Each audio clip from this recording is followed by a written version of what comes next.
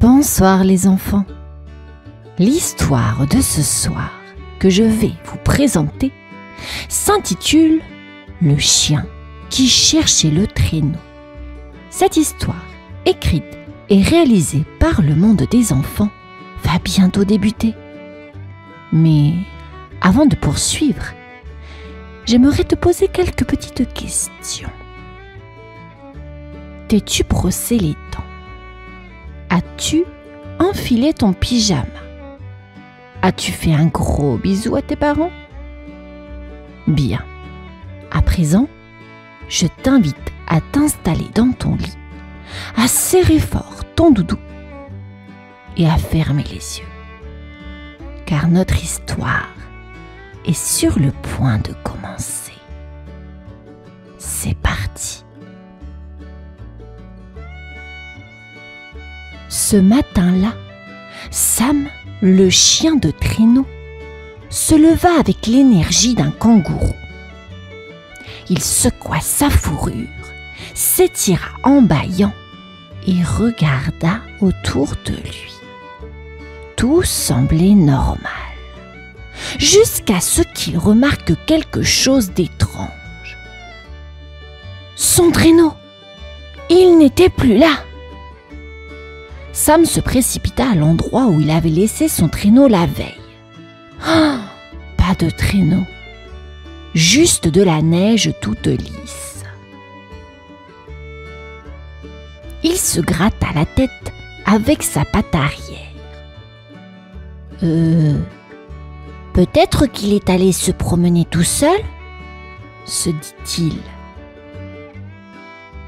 Il trottina vers le barnum de la ferme où les autres animaux étaient en train de prendre leur petit déjeuner. Il vit le cochon qui reniflait un peu trop près de son bol de soupe et le mouton qui bâillait en se léchant les pattes. « Hé, vous avez vu mon traîneau ?» demanda Sam, un peu inquiet. Le cochon tourna lentement la tête. Non, mais tu pourrais peut-être le trouver sous la neige, hein? Le mouton, lui, leva les yeux au ciel et soupira. Tu sais, Sam, peut-être qu'il est parti se faire une petite balade dans la forêt, ou bien il a décidé de s'enfuir avec le vent. Qui sait? Sam n'était pas convaincu. Il secoua la tête et décida qu'il devait partir à sa recherche. Si quelqu'un peut retrouver ce traîneau, c'est bien moi, pensa-t-il. Et c'est ainsi que Sam se lança dans une aventure bien plus grande que lui. Sam partit donc à la recherche de son traîneau. Il marcha dans la neige, reniflant ici et là, espérant trouver une piste. Mais tout était calme. Pas une trace, pas une empreinte, pas même un petit indice. Ah, ça commence mal, pensa Sam, un peu découragé. Mais il n'allait pas abandonner aussi facilement. Il rencontra d'abord une chouette perchée sur un arbre. Elle le regarda d'un air sage et lui dit « Oh Sam, je crois que ton traîneau est allé par là, vers l'est, où la neige brille le plus. » Sam regarda la chouette, les oreilles un peu tombantes. « Vers l'est? Mais c'est où l'est ?» pensa-t-il, ne sachant même pas où chercher. Puis, il rencontra un écureuil qui grignotait une noisette. Il se tourna vers Sam et, tout joyeux, lui dit « Ton traîneau? Oh, il est sûrement parti chercher des noix avec le vent. » Sam leva les yeux au ciel. « Des noix? Mais ce n'est pas un écureuil, mon traîneau, marmonna-t-il, un peu énervé. Alors qu'il s'apprêtait à repartir, un renard apparut, les yeux pleins de malice. « Ton traîneau, il a dû aller en haut de la colline, là où le vent est le plus fort. Il adore ça, le vent. » Sam soupira et s'éloigna en trottinant. Tout le monde a une idée, mais personne ne m'aide vraiment, pensa-t-il, tout de même déterminé à suivre un des conseils. Après tout, il ne perdait rien à essayer. Sam décida de suivre l'indice du renard. Il monta la colline, mais à chaque pas, la neige devenait de plus en plus glissante. Il devait faire attention où il mettait les pattes, sinon... Oups! Sam glissa soudainement sur un patch de glace et hop! Il dévala la colline à toute vitesse, les oreilles flottant derrière lui comme des drapeaux. Ah! Oh! Cria Sam en rigolant, tout en essayant de se tenir debout. Mais plus il essayait, plus il roulait. Il finit par atterrir dans un grand tas de neige, tout sale et tout décoiffé. Ouf! C'était rapide, dit-il en se redressant, un peu étourdi. Il se secoua, la neige tombant autour de lui comme un nuage. En levant les yeux, Sam aperçut une silhouette familière. Un traîneau. Mais ce n'était pas le sien. C'était un traîneau tout brillant, avec des rubans rouges et dorés. Des enfants jouaient avec, le tirant dans la neige. Sam s'approcha d'un petit garçon et lui dit : « Hé, c'est mon traîneau que vous avez là !» Le garçon le regarda un peu surpris. « Non, ce n'est pas le tien, c'est le mien. » Sam secoua la tête. « Ah non, je suis sûre que le mien est là, quelque part. »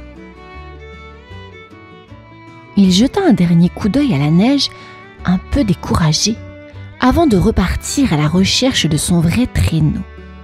« Il doit être par ici. Je le retrouverai, » se dit-il, déterminé à ne pas abandonner.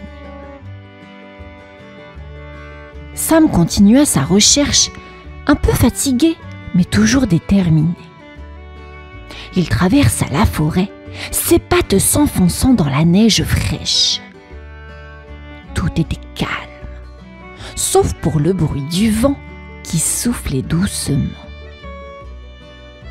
Soudain, il aperçut une silhouette dans l'ombre d'un arbre. C'était un vieux loup tout gris qui le regardait d'un air sage. « Bonjour, jeune chien. Que cherches-tu dans cette forêt silencieuse ?» demanda le loup. Sam s'arrêta, surpris. « Je cherche mon traîneau. Il a disparu et personne ne sait où il est, » répondit Sam, un peu perdu. Le loup hocha la tête lentement. « Ah, ton traîneau, il a sûrement voulu partir à l'aventure. Parfois, les objets s'échappent pour voir le monde. Le vent les emporte et la neige les cache. Mais ils reviennent toujours, d'une manière ou d'une autre. » Sam fixa le loup, un peu perplexe. « Mais pourquoi mon traîneau voudrait-il partir ? C'est un traîneau, pas un oiseau. » Le vieux loup sourit doucement. « Les choses ont parfois des rêves, tout comme les animaux. Peut-être que ton traîneau rêve de voyager, de voir d'autres endroits. Peut-être qu'il est heureux là où il est. Sam réfléchit un instant. Mais il n'avait jamais pensé que son traîneau pourrait avoir des rêves. Tu crois qu'il reviendra ? Oui, répondit le loup avec un clin d'œil. Tout ce qui s'en va finit par revenir, surtout quand on l'attend avec le cœur plein de patience. Sam sourit. Il se sentait un peu plus léger. Peut-être que sa quête prendrait plus de temps, mais il était prêt. Sam décida de suivre le conseil du vieux loup. Il se mit en route, traversant les champs recouverts de neige. Le vent soufflait fort, sifflant dans ses oreilles. C'est un vrai vent de course aujourd'hui, pensa Sam en frissonnant. Soudain, il aperçut quelque chose au loin. Oh, c'était son traîneau. Mais il n'était pas tout seul. Il était emporté par une grande rafale de vent qui le poussait comme une flèche à travers la neige. Oh, Sam n'avait jamais vu un traîneau aussi rapide. « Attends-moi !» cria Sam en se lançant à sa poursuite. Il courait aussi vite qu'il pouvait, ses pattes s'enfonçant dans la neige et le vent lui fouettant le visage. Mais le traîneau était bien trop rapide, glissant sur la neige comme une fusée. Sam se mit à courir plus fort tout en riant. « Ce n'est pas possible! Il est plus rapide que moi !» s'exclama-t-il, amusé. Il ne se laissait pas abattre. Il zigzaguait, sautait par-dessus des obstacles, mais le vent ne semblait jamais vouloir ralentir. À un moment, le traîneau fit un grand cercle dans les airs avant de redescendre doucement sur la neige, comme si le vent l'avait posé là, juste devant Sam. Sam s'arrêta, tout essoufflé, et regarda le traîneau devant lui. « Eh bien, on dirait qu'il voulait juste un petit tour de montagne russe !» dit-il, un grand sourire sur son visage. Il était heureux d'avoir retrouvé son traîneau, même si cela avait pris plus de temps que prévu. Sam regarda son traîneau avec un grand sourire. « Tu m'as bien fait courir, hein ?» dit-il, tout essoufflé. Le traîneau, bien sûr, ne répondit pas, mais Sam se sentait bien. Il avait compris quelque chose de très important. Il attrapa les cordes du traîneau et commença à le tirer. Cette fois, il ne se sentait pas pressé.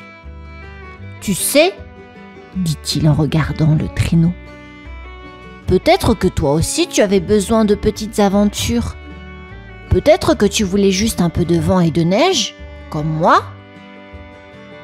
Il secoua la tête, riant tout seul. « Tu es vraiment un traîneau têtu !» Le vent soufflait encore, mais Sam n'avait plus peur. Il se sentait calme. Peut-être que son traîneau avait eu un petit moment de liberté, mais maintenant, il était de retour avec lui. Sam savait qu'il fallait parfois laisser les choses partir pour mieux les retrouver. Ils rentrèrent à la ferme et Sam s'assit fièrement devant la porte avec son traîneau. Les autres animaux l'observaient, un peu étonnés. « Tu l'as retrouvé ?» demanda le cochon en reniflant. « Oui !» répondit Sam en souriant. « Il a juste voulu voir un peu plus de neige.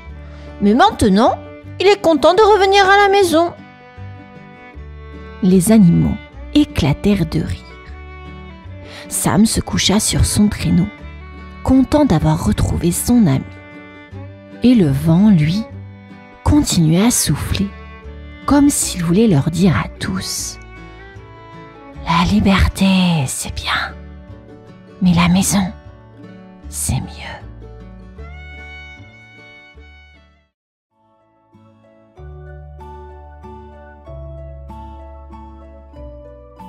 Rico, le renard le plus élégant de toute la forêt, sortit doucement de son terrier.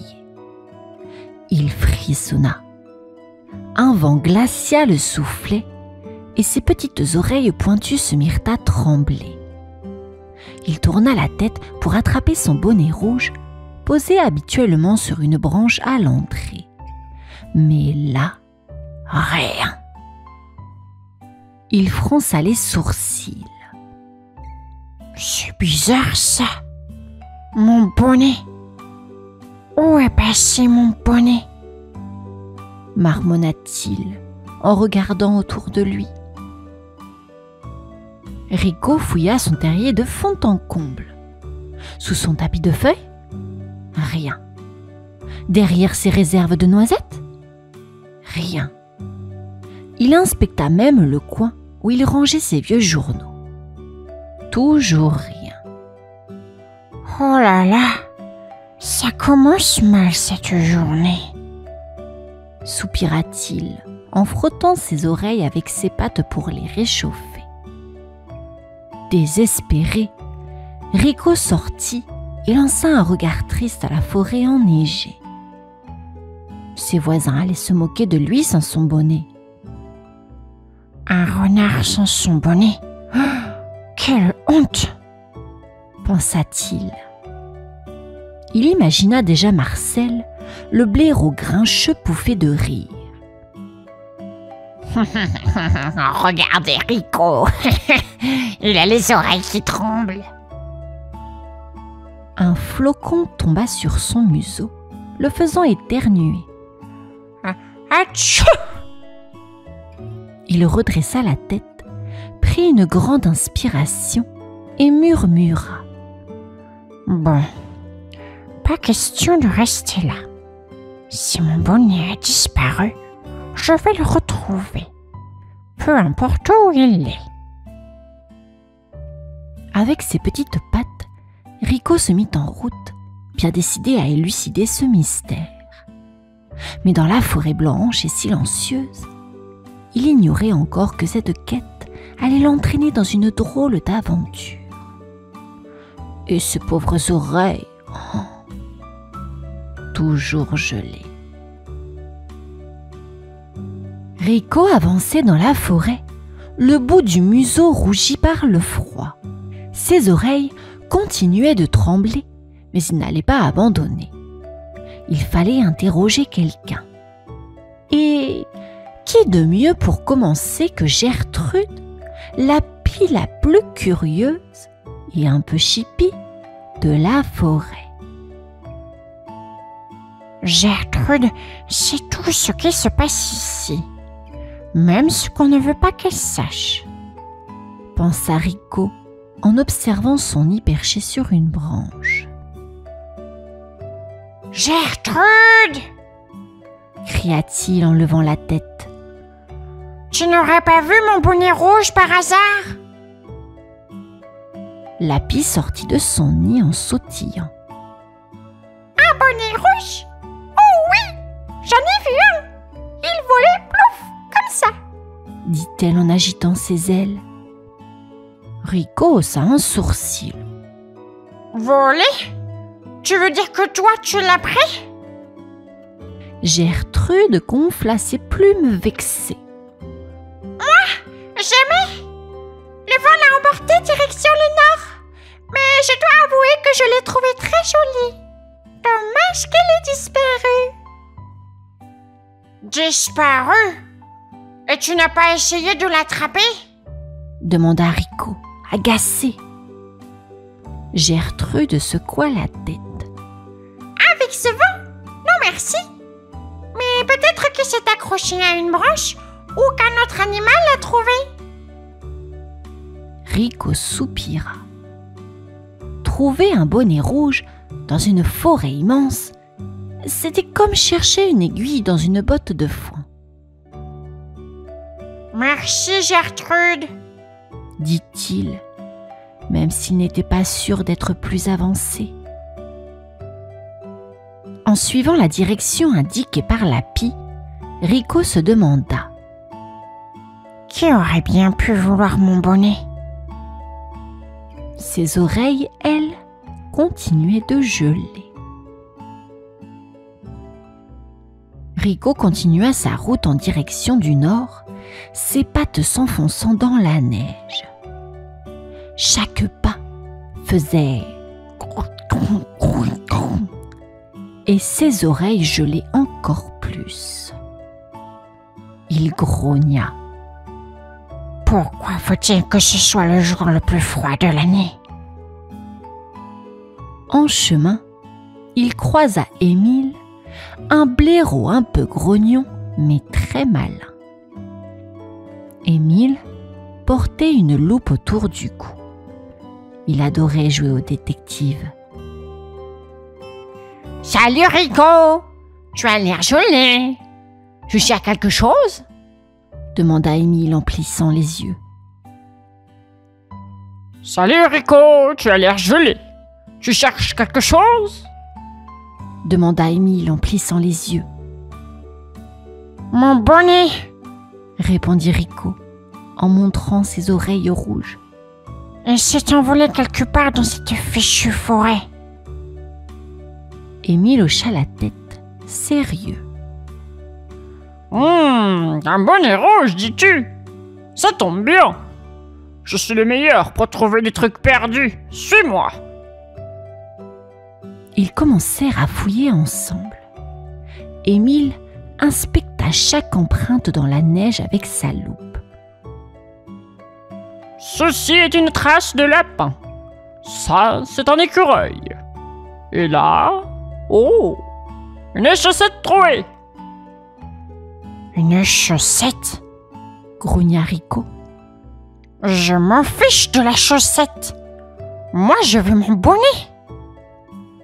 Soudain, un cri aigu retentit dans les arbres. Zaza, l'écureuil surexcité, bondit devant eux. « Vous avez entendu parler d'un bonnet rose ?» dit-elle en sautillant. « Il y a des plumes roses sur un rocher là-bas. Peut-être que c'est lié ?» Rico et Émile se précipitèrent vers l'endroit. Mais au lieu d'un bonnet, ils trouvèrent un vieux gant. Rico soupira. Super. Maintenant, on chasse les gants. Zaza rit. Et qui sait? Peut-être qu'il y a un bonnet rouge pas loin. Avec un mélange d'espoir et de désespoir, Rico décida de continuer l'enquête, ses oreilles toujours frigorifiées. Rico, Émile et Zaza marchèrent jusqu'à une clairière où se trouvait une grande grotte sombre. « Veux-tu dire que vit Bobo, l'ours? Il a sûrement vu quelque chose. » dit Zaza en pointant l'entrée de la grotte. « Bobo? L'ours qui grogne tout le temps? Génial !» murmura Rico en frissonnant, mais cette fois pas à cause du froid. Ils entrèrent prudemment. La tanière était chaude et Rico sentit ses oreilles se dégeler un peu. Mais avant qu'il ne puisse se réjouir, un gros retentit. Bobo se dressa, l'air encore à moitié endormi. « Qu'est-ce que vous faites ici? Vous me réveillez pourquoi ?» grommela l'ours en se grattant le ventre. Rico s'éclaircit la gorge. Salut Bobo. Je cherche mon bonnet rouge. Tu ne l'aurais pas vu par hasard? Bobo fronçit les sourcils, puis grogna. Un bonnet rouge? Oh! Tu parles de ce truc doux que j'ai trouvé près du lac? Il était trempé, alors je l'ai utilisé pour mon oreiller. Ton oreiller? S'exclama Rico. Mais c'est mon bonnet! Mimi et les Zaza éclatèrent de rire. Oh, alors là, ton bonnet a bien voyagé. Bobo se retourna et ramassa un bonnet rouge un peu froissé. Tiens, je ne savais pas qu'il était à toi, mais il y a un trou. Tu devrais faire réparer ça. Rico reprit son bonnet avec un mélange de soulagement et de frustration. Merci Bobo. Mais ce bonnet mérite mieux qu'un oreiller. En sortant de la grotte, Rico soupira. Maintenant, il devait trouver un moyen de réparer son précieux bonnet. Encore une aventure.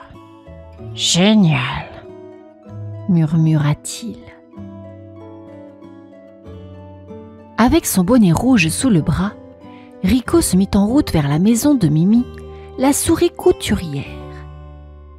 Mimi était la meilleure de la forêt pour réparer les vêtements, mais elle avait une passion pour les transformations. Rico espérait qu'elle n'allait pas trop améliorer son précieux bonnet. Mimi, j'ai besoin de ton aide. Appela Rico en arrivant devant la maison, un tronc d'arbre décoré de guirlandes. La petite souris sortit, un rouleau de fil autour du cou. Oh, Rico, tes oreilles sont gelées. Entre vite.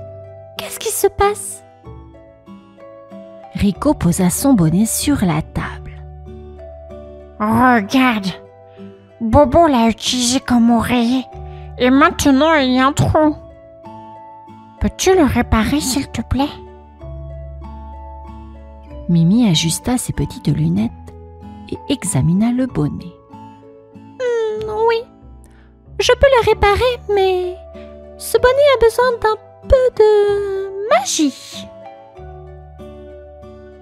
Rico fronça les sourcils. Juste un point de couture, Mimi, hein? Pas de magie. Mimi rigola et se mit au travail. Avec ses petites pattes agiles, elle cosit le trou en un rien de temps. Puis, elle sortit une plume dorée de sa boîte à trésors. Et si on ajoutait ça? Ça ferait de ton bonnet le plus chic de toute la forêt. Rico hésita. Bon, d'accord, mais juste la plume. Quand elle eut fini, Mimi tendit le bonnet à Rico. Et voilà, comme neuf, avec une touche d'élégance. Rico enfila son bonnet. Il est parfait. Merci, Mimi. En sortant, il se sentit fier. Ses oreilles étaient enfin au chaud et son bonnet avait retrouvé toute sa splendeur, ou presque. Tout fier de son bonnet réparé et orné d'une plume dorée, Rico se dirigea vers la clairière pour le bal d'hiver. Les animaux de la forêt étaient déjà réunis sous les guirlandes scintillantes. Rico arriva avec un air élégant, son bonnet flambant neuf bien vissé sur la tête. Oh, regardez Rico, il a l'air royal. S'exclama Zaza en sautillant autour de lui. Rico bomba le torse. Eh oui, le renard le plus stylé est de retour. Mais soudain, la musique s'arrêta. Un jeune renardeau arriva en trottinant dans la clairière. Sur sa tête, il portait un bonnet rouge identique à celui de Rico.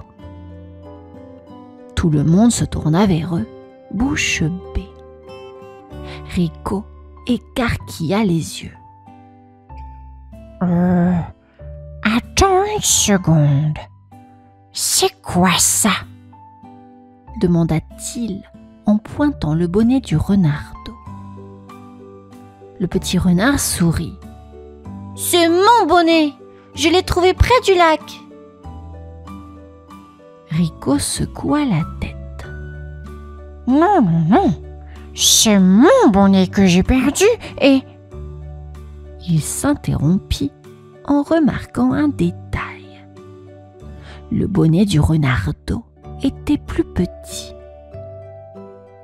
Rico éclata de rire. Eh bien, il semble qu'il y avait 2 bonnets rouges dans cette forêt. Quelle coïncidence! Dit-il en remettant bien son propre bonnet.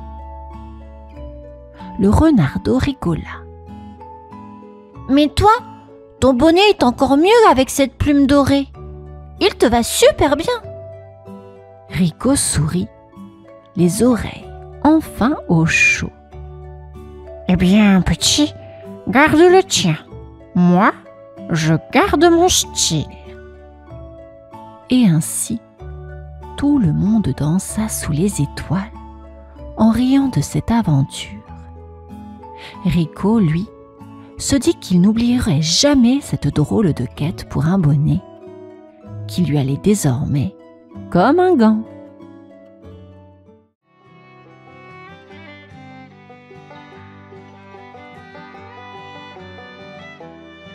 Un matin d'hiver, dans un petit village tout blanc, un panda arriva. Pas un panda comme les autres, non.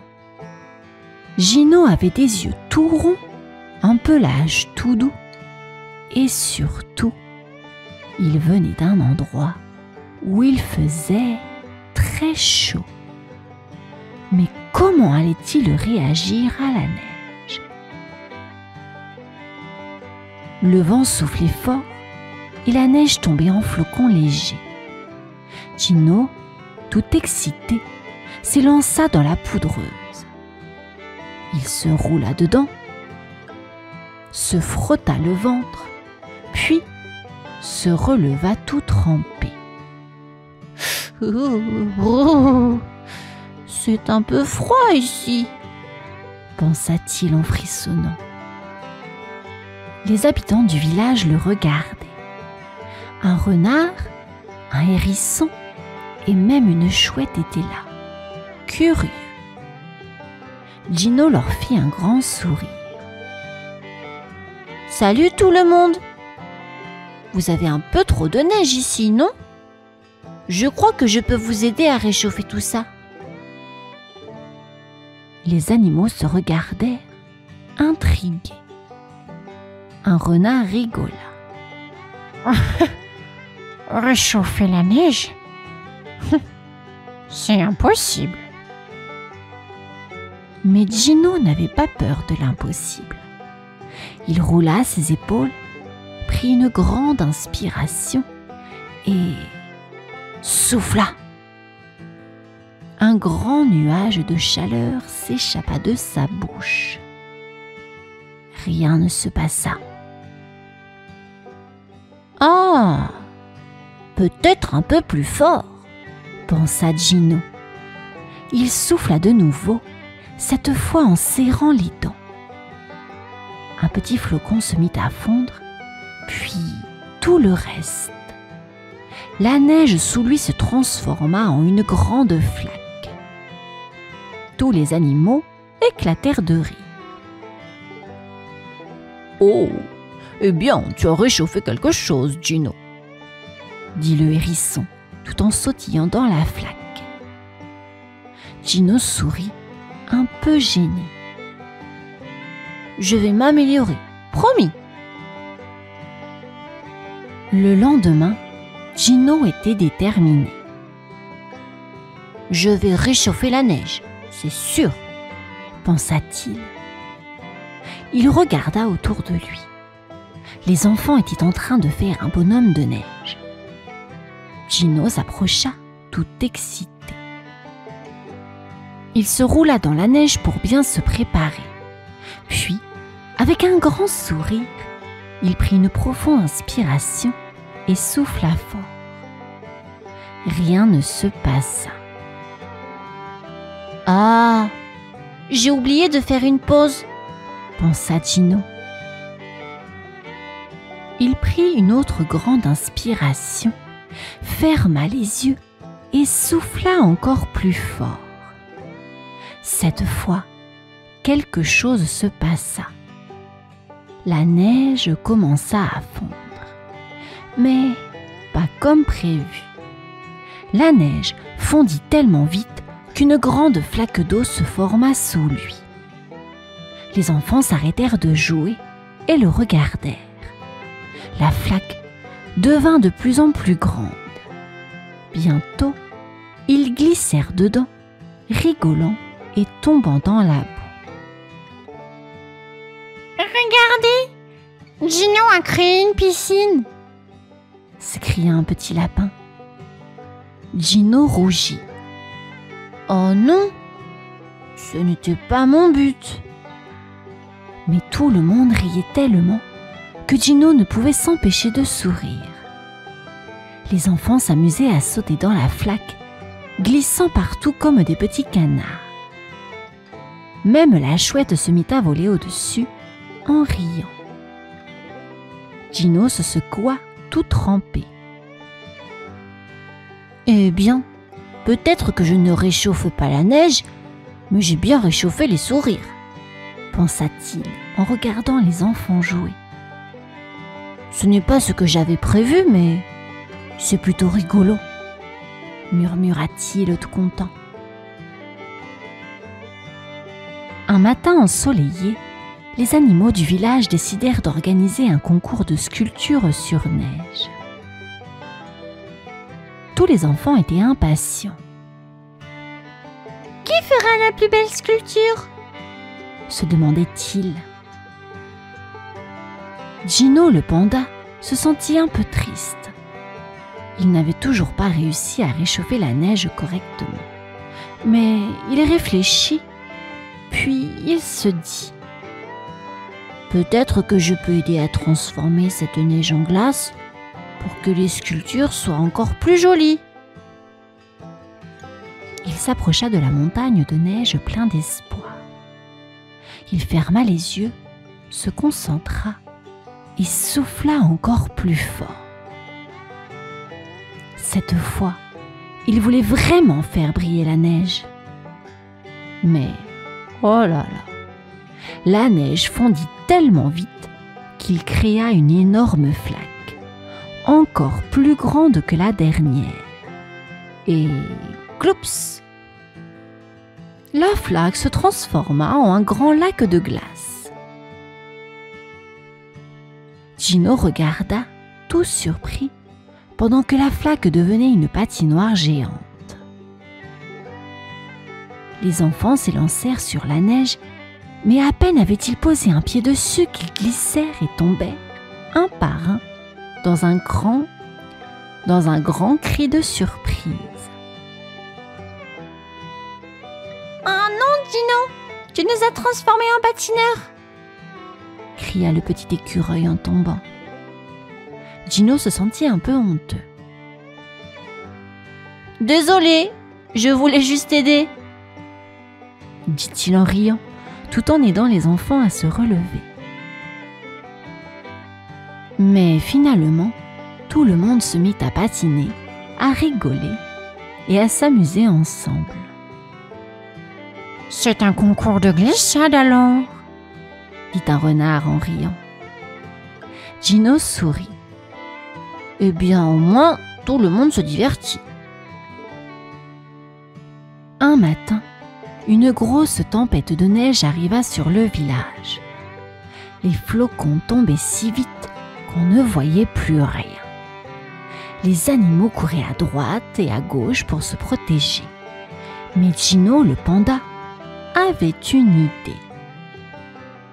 Peut-être que je peux utiliser ma chaleur pour réchauffer la neige et faire fondre la tempête. Gino se plaça au centre de la place du village, bien décidé à arrêter cette tempête. Il prit une grande inspiration, ferma les yeux et souffla très fort. Mais cette fois, au lieu de faire fondre doucement la neige, il créa une immense flaque, plus grande que jamais. Et cette flaque se mit à briller de 1000 feux comme un miroir. Les flocons commencèrent à se poser dessus. Et voilà que la tempête se transforma en une pluie de neige fondue. Les enfants, tout surpris, commencèrent à sauter et à jouer dans la neige fondue qui tombait du ciel, se roulant par terre comme des poissons dans l'eau. Même les oiseaux volaient autour en se secouant la neige. Regardez, Gino a fait une neige toute chaude. S'écria un petit lapin tout joyeux. Gino rougit un peu, mais il ne pouvait s'empêcher de rire. Oh, je voulais juste faire fondre un peu la neige, mais voilà que j'ai transformé le ciel en une fête de neige fondue, dit-il tout content. Les enfants riaient et s'amusaient dans la neige qui fondait. Finalement, Gino réalisa que parfois, un accident peut créer des moments magiques. Un matin, alors que Gino se promenait tranquillement, il aperçut un petit hérisson tout frissonnant, recroquevillé sous un arbre. « Oh là là, tu as l'air bien froid !» s'exclama Gino en s'approchant doucement. Le hérisson tremblait. « Oh, j'ai trop froid, Gino. La neige est si froide et je n'arrive pas à me réchauffer. » Gino, tout embêté, pensa à sa chaleur magique. « Attends un peu, je vais t'aider !» dit-il tout joyeux. Il s'assit près du hérisson et doucement souffla de l'air chaud. L'air se réchauffa autour d'eux et le petit hérisson commença à se détendre. Mais un petit problème se produisit. Gino souffla tellement fort qu'il créa une petite montagne de neige fondue autour d'eux. Le hérisson se retrouva noyé dans une petite flaque. « Oh non, je t'ai encore trempé !» dit Gino, tout gêné. Mais le hérisson, tout content, rit et dit « Ce n'est pas grave, Gino. Grâce à toi, je ne suis plus froid. » Gino sourit. « Je voulais juste te réchauffer, mais je crois que j'ai un peu trop réchauffé tout autour de toi. » Les deux amis se mirent à rire et Gino tout fier pensa. « Peut-être que je ne réchauffe pas la neige de la bonne façon, mais je peux réchauffer les cœurs. » Et à partir de ce moment, Gino comprit qu'il n'avait pas besoin de réchauffer la neige, mais simplement d'être là pour ses amis. C'était ça, la vraie chaleur. Le village était tout blanc, recouvert d'une belle neige fraîche. Gino, le panda, regarda autour de lui. La neige n'était plus un problème. Les enfants jouaient, les animaux rigolaient, et tout le monde s'amusait bien. Gino était heureux, mais il avait une idée en tête. « Et si on organisait une grande fête ? Une fête de neige ? Mais sans trop de neige, hein ? Juste des sourires !» Les animaux se regardèrent, tout étonnés. Une fête de neige ? dit un renard curieux. Oui, une fête où on rit, on danse et on s'amuse tous ensemble. Pas besoin de neige qui fond ou qui devient une piscine. Juste de la joie. Tout le monde était d'accord. Les enfants apportèrent des guirlandes, les écureuils accrochaient des boules de neige et les oiseaux chantaient. Gino, tout excité, se coucha sur le dos et fit une grande étoile dans la neige. Tout le monde suivit son exemple et bientôt, tout le village était rempli de formes rigolotes. Oh, regardez, c'est la plus belle fête des neiges, s'écria une chouette. Les animaux dansaient et s'amusaient. Même la neige, qui tombait doucement, semblait se réjouir. Gino regarda tout le monde autour de lui et sourit. C'est vrai, la neige est froide, mais nos cœurs, eux, sont chauds. Il comprit alors que la magie de l'hiver n'était pas dans la neige, mais dans l'amitié, la joie et les rires partagés. Et ça réchauffait bien plus que tout.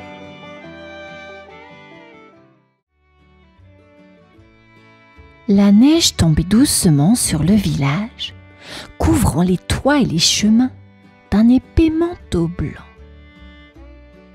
Gabin marchait d'un pas rapide, serrant son écharpe rouge autour de son cou pour se protéger du froid piquant. Sa maman lui avait tenu la main jusqu'à la porte de la maison de mamie, mais il avait insisté pour appuyer tout seul sur la vieille sonnette. Ding dong, ding dong, ding dong, ding dong. Le son résonna dans l'air glacé, et bientôt, la porte s'ouvrit en grand, laissant échapper une bouffée d'air chaud et parfumé. Gabin, mon petit trésor, s'écria mamie en lui ouvrant les bras. Gabin courut se blottir contre elle. Mamie portait son tablier à fleurs et sentait la vanille et un peu de cannelle. Sa maison, avec ses murs de pierre et ses rideaux à carreaux rouges, était comme un cocon. Le feu dans la cheminée crépitait joyeusement, projetant des ombres dans la pièce. Et une douce odeur de bois brûlé se mêlait à celle des biscuits qu'elle avait préparés. Tu dois avoir les mains glacées. Viens vite te réchauffer, dit-elle en prenant délicatement ses doigts tout rouges de froid. Gabin posa son manteau sur une chaise et découvrit la table de la cuisine. Elle était déjà remplie d'ingrédients.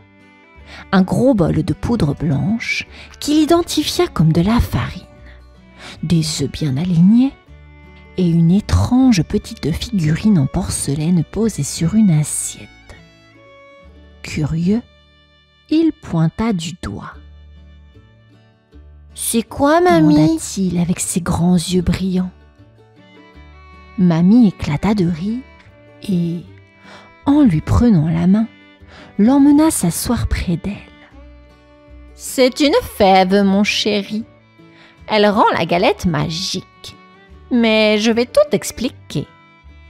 Aujourd'hui, c'est toi qui vas m'aider à faire la galette des rois. Prêt pour une après-midi de chef ?» Gabin hocha la tête avec un grand sourire. L'aventure pouvait commencer. La cuisine de mamie était un véritable petit royaume rempli de trésors. Des pots en verre alignés sur une étagère contenaient toutes sortes de poudres et de graines mystérieuses. Un moulin à café en bois trônait fièrement sur le buffet et un grand plat en terre cuite attendait sur le plan de travail. Gabin ouvrait de grands yeux émerveillés. Tout ici semblait spécial. presque magique. Mamie plaça devant lui un grand saladier. Puis, elle sortit un paquet d'amandes qu'elle versa doucement dans le moulin. Elle se tourna vers Gabin avec un sourire. « Regarde bien, mon petit chef. Les amandes vont devenir une poudre fine qu'on appelle la poudre d'amande. C'est l'un des ingrédients secrets de la galette. » Gabin approcha son nez et sentit une odeur douce et légèrement sucrée. Il tourna la poignée du moulin avec énergie et Mamie l'aida en riant. La poudre tombait dans le saladier, légère comme une poussière d'or. « Mamie, pourquoi on mange des galettes en janvier ?» demanda Gabin en levant les yeux vers elle. Mamie s'assit à côté de lui et, tout en cassant des œufs dans un autre bol, elle lui raconta l'histoire. C'est une très vieille tradition. On célèbre l'épiphanie, une fête qui rappelle une belle histoire de 3 rois qui ont suivi une étoile pour offrir des cadeaux. Et tu sais, la fève dans la galette, c'est comme un trésor caché. Celui qui la trouve devient roi ou reine pour la journée. Gabin écoutait, fasciné. Mamie ajouta du sucre et du beurre au mélange et son petit-fils se chargea de tout mélanger avec une grande cuillère en bois. La pâte devenait douce et crémeuse et Gabin riait en voyant ses doigts collants. « Ça sent déjà bon, mamie !» s'exclama-t-il, les joues rouges d'excitation. Mamie hocha la tête avec tendresse. « Et ce n'est que le début, mon trésor. » La pâte feuilletée était posée sur la table, étalée en un grand cercle parfait. Mamie, concentrée, traçait doucement des motifs sur les bords avec le dos d'un couteau. Gabin l'observait avec fascination, ses coudes posés sur la table et ses mains soutenant son menton. Tout dans la cuisine semblait plus silencieux, comme si même le feu dans la cheminée attendait de voir la suite. Maintenant, Gabin, c'est à toi de cacher la fève, annonça Mamie en lui tendant la petite figurine en porcelaine. Gabin saisit la fève avec précaution, comme si c'était un trésor précieux. Elle était froide au toucher et si petite qu'il craignait de la faire tomber. Il réfléchit un instant, un sourire espiègle sur le visage. « Je vais la mettre là !» s'écria-t-il en désignant un endroit au centre de la galette. Mamie hocha la tête avec un regard complice. « Parfait, mais n'oublie pas, c'est un secret. Personne ne doit savoir où elle est cachée. » Avec délicatesse, ils recouvrirent la frangipane et la fève d'un deuxième cercle de pâte. Mamie lui montra comment sceller les bords en appuyant doucement avec une fourchette. Les petits traits formaient un joli décor tout autour de la galette. « Maintenant, on va lui donner son manteau doré, » dit Mamie en sortant un pinceau et un œuf. Elle montra à Gabin comment badigeonner la surface avec le jaune d'œuf pour qu'elle brille à la cuisson. Gabin s'appliquait, la langue légèrement sortie de concentration. Puis, avec la pointe d'un couteau, Mamie traça des spirales et des lignes, rendant la galette encore plus belle. Elle est magnifique! S'émerveilla Gabin. Mamie posa doucement la galette sur une plaque et l'enfourna. Alors que la chaleur commençait à remplir la pièce, elle se tourna vers Gabin, lui ébouriffant tendrement les cheveux. « Maintenant, mon petit roi, il faut patienter. Mais je te promets que le résultat en vaudra la peine. » Gabin s'assit, les yeux brillants, imaginant déjà la surprise de trouver la fève. La maison de Mamie était remplie de chaleur et de lumière, comme un cocon protecteur contre le froid glacial de l'hiver. À travers les fenêtres embuées, on voyait la neige tomber doucement, recouvrant tout d'un épais manteau blanc. Gabin, le nez collé à la vitre, regardait les flacons tourbillonner dans la lumière des lampadaires. Il attendait avec impatience l'arrivée de sa maman. Enfin, un bruit de pas précipité résonna sur le chemin gelé. Toc, toc, toc, toc. On frappa à la porte. Gabin bondit sur ses pieds et courut ouvrir.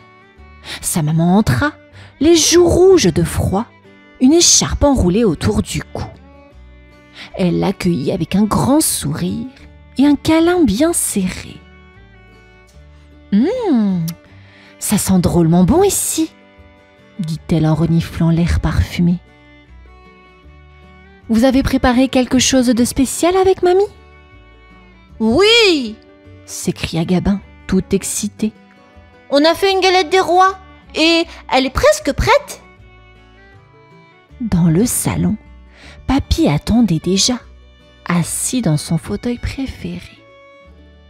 Il lisait un vieux livre, mais posa ses lunettes dès que sa fille entra. « Tu es pile à l'heure !» annonça Mamie en sortant la galette du four. « C'est le moment parfait pour la déguster !» Tout le monde se rassembla autour de la table ronde recouverte d'une nappe à carreaux rouges. La galette, dorée et brillante, trônait fièrement au centre, embaumant la pièce de son parfum de frangipane chaude. Gabin sautillait sur sa chaise, incapable de cacher son excitation. Mamie plaça la galette devant lui. « Gabin, c'est toi qui vas la couper. N'oublie pas, celui qui trouve la fève devient le roi ou la reine. » Gabin saisit le couteau, le cœur battant. Il savait que cette soirée allait être spéciale, une de celles qu'on n'oublie jamais. Il commença à couper, les yeux brillants de fierté et de bonheur. La galette brillait sous la lumière douce de la cuisine, comme une étoile dorée.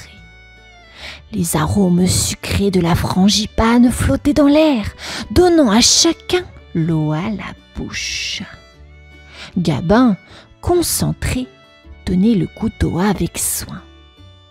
Mamie lui avait appris à couper avec délicatesse et il s'appliquait à faire des parts égales. Une pour papy, une pour maman, une pour mamie et une pour moi, annonça-t-il fièrement. Les parts de galettes furent distribuées et tout le monde observa un moment de silence, savourant la première bouchée. La pâte croustillante et la frangipane fondante étaient parfaites. Gabin croqua dans sa part avec enthousiasme, mais s'arrêta soudain. Sous ses dents, il sentit quelque chose de dur. « Mamie, maman, j'ai trouvé la fève !» s'écria-t-il, les yeux écarquillés de joie. « le monde posa sa part pour regarder. Gabin déposa délicatement la fève dans sa main. C'était une petite figurine blanche, joliment sculptée, représentant une couronne. Papy applaudit. Et Mamie lui tendit une couronne en papier doré qu'elle avait fabriquée spécialement pour l'occasion. « Bravo, Gabin! Tu es notre roi ce soir !» déclara Mamie en posant la couronne sur sa tête. Gabin gonfla fièrement la poitrine. Il jeta un regard autour de la table, réfléchissant sérieusement. Puis, avec un sourire malicieux, il se tourna vers Mamie. « Je choisis Mamie comme marraine, » dit-il avec assurance. Mamie resta un instant bouche bée, les yeux brillants d'émotion. Elle posa une main sur son cœur, touchée par ce geste. Tout le monde applaudit en riant, et Papy s'amusa à s'incliner devant le roi et la reine. « Longue vie au roi Gabin et à la reine Mamie !» s'exclama-t-il en levant son verre. Gabin éclata de rire, fier de son choix. Mamie, elle, lui serra la main avec tendresse, murmurant doucement. « Merci, mon petit roi. C'est le plus beau cadeau que tu pouvais me faire. » La soirée s'étirait doucement, comme un rêve qu'on ne veut pas quitter. La petite maison de Mamie était baignée de lumière dorée, tandis que dehors, la neige continuait de tomber, étouffant le monde dans un silence apaisant. Gabin, toujours coiffé de sa couronne en papier, se levait sur le canapé à côté de sa maman. Dans ses mains, il tenait la fève, la faisant tourner doucement entre ses doigts comme un trésor précieux. Mamie, dans son fauteuil près de la cheminée, tricotait calmement, un sourire paisible sur le visage. De temps en temps, elle levait les yeux pour regarder son petit-fils et son cœur se gonflait de bonheur. Papy, assis en face, lisait à voix basse une histoire amusante d'un vieux livre aux pages jaunies, ce qui faisait glousser Gabin de temps en temps. « Mamie, je pourrais revenir la semaine prochaine pour refaire une galette ?»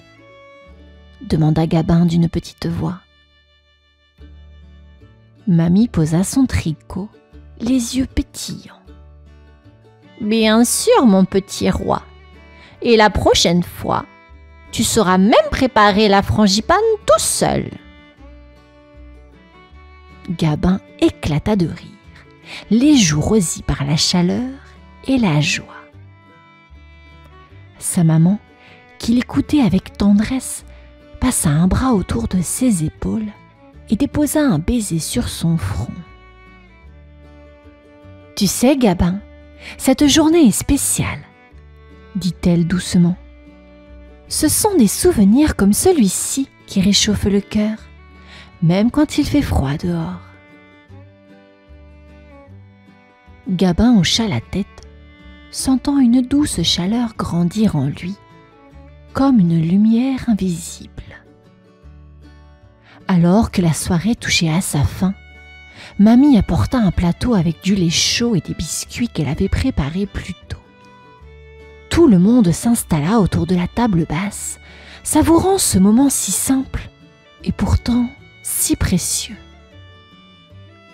Dans un coin de la pièce, la galette à moitié mangée trônait encore fièrement, témoin silencieux de cette journée inoubliable.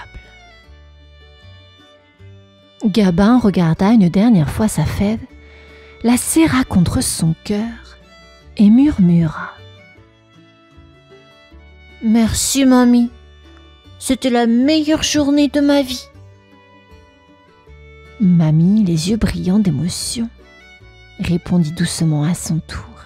« Et la mienne aussi, mon trésor.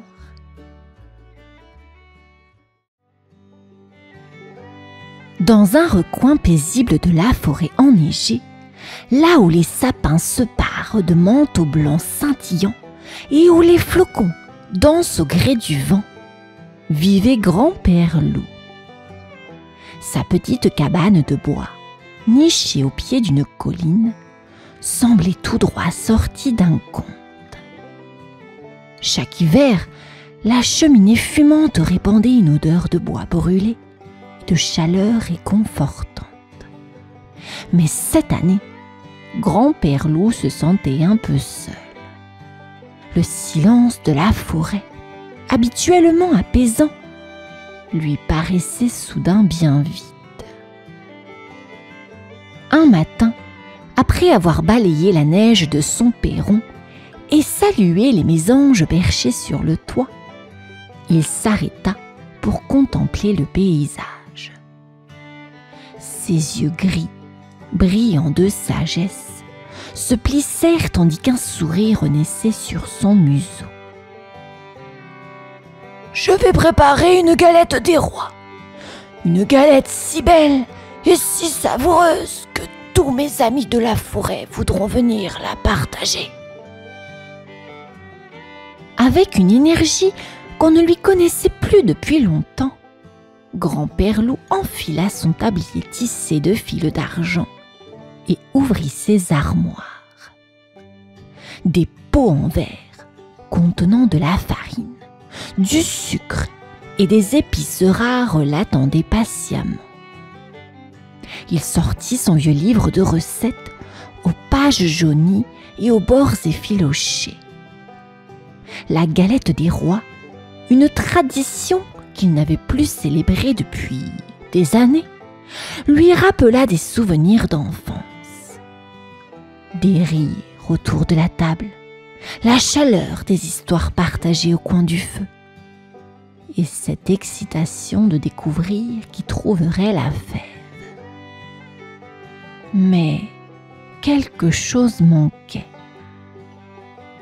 En fouillant dans un tiroir rempli de babioles, il trouva une petite boîte dorée qu'il n'avait pas ouverte depuis des lustres. À l'intérieur, une fève unique brillait comme un trésor oublié. Elle était lisse, lumineuse et semblait presque murmurer des secrets. « Celle-ci fera une galette spéciale !»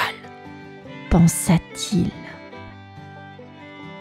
Il ne se doutait pas que cette fève allait rendre cette journée inoubliable, mais pas tout à fait de la manière qu'il imaginait. Le crépitement du feu dans la cheminée enveloppait la petite cabane d'une douce mélodie. Grand-Père Loup, les pattes pleines de farine, pétrissait la pâte avec soin. « Douce, moelleuse et dorée à souhait !» murmurait-il, ses oreilles frémissant d'excitation. Chaque ingrédient, de la farine fine comme de la neige au beurre, fondant comme un rayon de soleil, avait été choisi avec amour. Au moment de glisser la fève scintillante au cœur de la pâte, un frisson étrange parcourut l'air. La fève brillait d'un éclat presque magique sous la lumière tamisée de la cabane. Grand-Père Loup haussa les épaules, pensant que son imagination lui jouait des tours. Il plaça alors la galette dans le four de pierre, referma la lourde porte en fonte et s'installa dans son vieux fauteuil pour attendre. Les minutes passaient et une odeur exquise emplit la pièce. Elle semblait danser dans l'air, s'infiltrant même à travers les fenêtres pour chatouiller les narines des animaux curieux qui passaient dans la neige. Grand-Père Loup, ravi, s'approcha du four pour vérifier la cuisson. Quand il ouvrit la porte, un souffle chaud et sucré lui caressa le museau. Mais, à sa grande surprise, la galette bondit hors du four. Elle atterrit sur la table en un saut agile, ses bords dorés brillant comme une couronne. « Oh oh! Merci pour ce bain chaud, grand-père loup. Mais je ne compte pas rester ici à me faire manger. Adieu !» Les yeux ronds comme des galets, grand-père loup resta figé un instant. « Reviens ici, petit effronté !» s'exclama-t-il en se lançant à sa poursuite. La galette, vive et malicieuse, roula déjà hors de la cabane, laissant derrière elle un sillage d'éclats de rire et de farine. Dans la forêt enneigée, le jeu de la course venait de commencer. La forêt, encore endormie sous son épais manteau de neige, se réveilla soudainement au son des cris de grand-père loup. « Arrête-toi, petite galette !» hurlait-il, sa voix résonnant à travers les arbres gelés. La galette roulait à toute allure, ses bords dorés scintillant sous la lumière du matin. Elle sautillait sur la neige avec une agilité surprenante, laissant derrière elle une trace légère comme une caresse. Grand-père loup, essoufflé mais déterminé, s'enfonça dans la forêt. Chaque pas craquait dans la neige, chaque souffle formait un nuage blanc. Les sapins, immenses sentinelles de ce paysage féerique, semblaient observer la scène avec curiosité. En chemin, la galette croisa un castor, occupé à sculpter un morceau de bois avec ses dents robustes. Intrigué par cet étrange objet roulant, il leva la tête. « Mais qu'est-ce donc? Une galette qui court ?» demanda-t-il avec son accent traînant. « Elle m'a échappé! Aide-moi à la rattraper !» cria grand-père loup, le souffle court. Le castor, amusé, se mit à trotter derrière la galette, ses pattes courtes faisant de petits bonds maladroits. Mais la galette malicieuse, moqueuse, tourna sur elle-même et déclama d'une voix chantante. « Je suis la galette magique. Ni loup ni castor ne sont assez rapides. » Elle sauta ensuite sur une pierre glacée, roulant plus vite que jamais. Plus loin, elle croisa un lynx aux yeux perçants, allongé sur une branche. Le lynx, intrigué, bondit au sol. « Que se passe-t-il ici ?» demanda-t-il d'une voix douce mais pleine de curiosité. « Cette galette, j'aime le trouble. Viens nous aider, » répondit le castor essoufflé. Ainsi, grand-père loup, le castor et le lynx se retrouvèrent à courir dans la neige, glissant, trébuchant, mais jamais abandonnant. Pendant ce temps, la galette roulait joyeusement, le rire espiègle de sa voix résonnant dans la forêt blanche.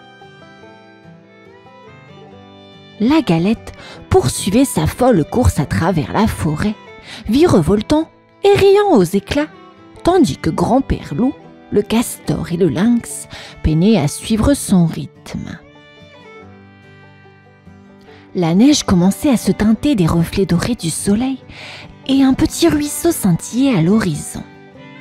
C'était un lieu calme où l'eau dansait doucement entre des pierres glacées, comme si le ruisseau lui-même chuchoter des secrets à la forêt.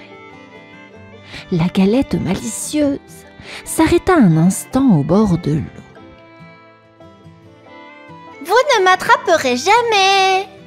s'exclama-t-elle en bondissant sur les pierres moussues du ruisseau. Mais alors qu'elle sautillait gaiement, un petit triton marbré à la peau luisante et parsemé de motifs délicats émergea de l'eau. « Qui ose troubler la tranquillité de mon ruisseau ?» demanda-t-il d'une voix douce mais autoritaire. Grand-père Loup arriva en haletant, suivi de ses deux compagnons. « Triton, nous, la galette nous joue des tours et nous devons la récupérer !» expliqua-t-il, le souffle encore court. Le triton, malicieux lui aussi, observa la galette qui roulait nerveusement d'une pierre à l'autre. Il plissa ses petits yeux noirs avant de répondre. « Je crois que j'ai une idée. » Le triton plongea dans l'eau glacée, ses mouvements gracieux à peine visibles sous la surface. Il remonta avec des brindilles et des feuilles qu'il commença à assembler avec soin. « Nous allons lui tendre un piège, » murmura-t-il, son visage éclairé par une lueur malicieuse. Sous les instructions du triton, Grand-père Loup et ses amis construisirent un petit barrage. La galette, curieuse, s'arrêta pour observer. Mais au moment où elle voulut s'enfuir, le triton bondit hors de l'eau et fit basculer une pierre, en voyant un filet improvisé se refermer sur la galette. « Attrapé !» s'écria le triton, fier de sa ruse. Mais à peine avait-il parlé que la galette, rusée elle aussi, trouva un trou dans le filet et repartit en riant. « Pas assez rapide, ami de la forêt !» Le triton haussa les épaules. « Elle est maligne, mais nous le sommes aussi. Continuons !» dit-il en rejoignant le groupe, prêt à poursuivre l'aventure. Après plusieurs heures de course à travers la forêt, les amis de Grand-père Loup étaient épuisés. Le castor haletait, ses petites pattes tremblantes de fatigue, et le lynx, bien qu'agile, avait du mal à suivre le rythme effréné de la galette. La neige, maintenant fondue par endroits, laissait place à des flaques d'eau boueuse, et l'air frais au matin devenait plus lourd. La forêt semblait s'étirer sous le poids de la recherche. Tout à coup, un cri joyeux fendit l'air, perçant le silence lourd de la forêt. « Oh ! Attendez-moi !» Les animaux se retournèrent pour voir une gélinotte huppée, un petit oiseau avec un plumage brun et blanc éclatant, qui volait gracieusement d'arbre en arbre, suivant les traces de la galette. Elle atterrit sur une branche, son regard vif scrutant la scène. « Que se passe-t-il ici? Pourquoi tant de bruit dans la forêt? C'est vous qui chassez cette galette, mes amis ?» demanda-t-elle d'un ton curieux, mais bienveillant. « Oui, cette galette a pris vie et elle nous échappe. Nous avons besoin de ton aide !» expliqua Grand-père Loup, son visage marqué par la fatigue. La gélinotte huppée, d'un air malicieux, inclina la tête. « Je pourrais l'attraper, mais il faut d'abord un peu de ruse, » dit-elle en souriant. « Je connais bien cette forêt et j'ai un talent particulier pour imiter les sons. » Laissez-moi utiliser cela. Elle se posa sur une branche basse et se concentra. En un instant, elle commença à imiter la voix du triton marbré, puis celle du castor et même celle du grand-père loup. Les bruits se mêlèrent et se confondirent, flottant dans l'air comme un écho magique. La galette, intriguée par ces bruits étranges, s'arrêta enfin, incertaine. Elle tourna la tête, mais n'aperçut personne. Soudain, la gélinotte s'élança et se posa sur une branche juste au-dessus de la galette, ses yeux brillant de malice. Te voilà, petite galette, dit-elle, tout en envoyant un clin d'œil complice à ses amis. La galette, immobilisée sous le regard perçant de la gélinotte huppée, réalisa qu'elle ne pouvait plus s'échapper. Grand-père loup et ses amis lancèrent Claire, leur respiration encore rapide après cette longue poursuite. Pourtant, au lieu de la colère, leur regard brillait d'un mélange de soulagement et d'amusement. « Petite galette, tu nous as bien fait courir !» dit grand-père loup en s'essuyant le front avec sa patte. « Mais tout cela n'était pas très gentil. Nous voulions te partager entre amis, pas te croquer sans réfléchir. » La galette, essoufflée mais toujours espiègle, glissa ses bords dorés comme pour former un sourire. C'est vrai que j'ai été un peu malicieuse, mais je voulais voir si vous pouviez travailler ensemble. Vous avez tous quelque chose d'unique et, grâce à cela, vous m'avez rattrapé. Un silence s'installa, ponctué par le murmure du vent entre les arbres. Puis, la galette ajouta d'une voix plus douce. Si vous promettez de ne pas tout manger d'un coup, je suis d'accord pour rester et partager ce moment avec vous. Les animaux échangèrent un regard complice avant d'éclater de rire. « Bien sûr !» répondit le castor en tapant des pattes. De retour dans la cabane, la petite troupe prépara une grande table. Grand-père loup fit chauffer un chocolat fumant et la gélinotte déposa quelques baies sucrées qu'elle avait trouvées en chemin. Le triton marbré, de son côté, décora la table avec des feuilles délicates, tandis que le lynx apporta quelques pommes gelées qu'il avait cachées dans son terrier. Lorsque tout fut prêt, la galette, placée au centre, brilla d'un éclat magique. Grand-père loup découpa des parts avec soin et chacun reçut un morceau. La fève fut découverte par la gélinotte qui fut couronnée reine du jour. Cette nuit-là, sous la lueur des étoiles, ils firent le vœu de toujours célébrer leur amitié, unis par cette aventure et la magie de la forêt. Fin de l'histoire, les enfants. Je vous dis à présent à demain. Bonne nuit.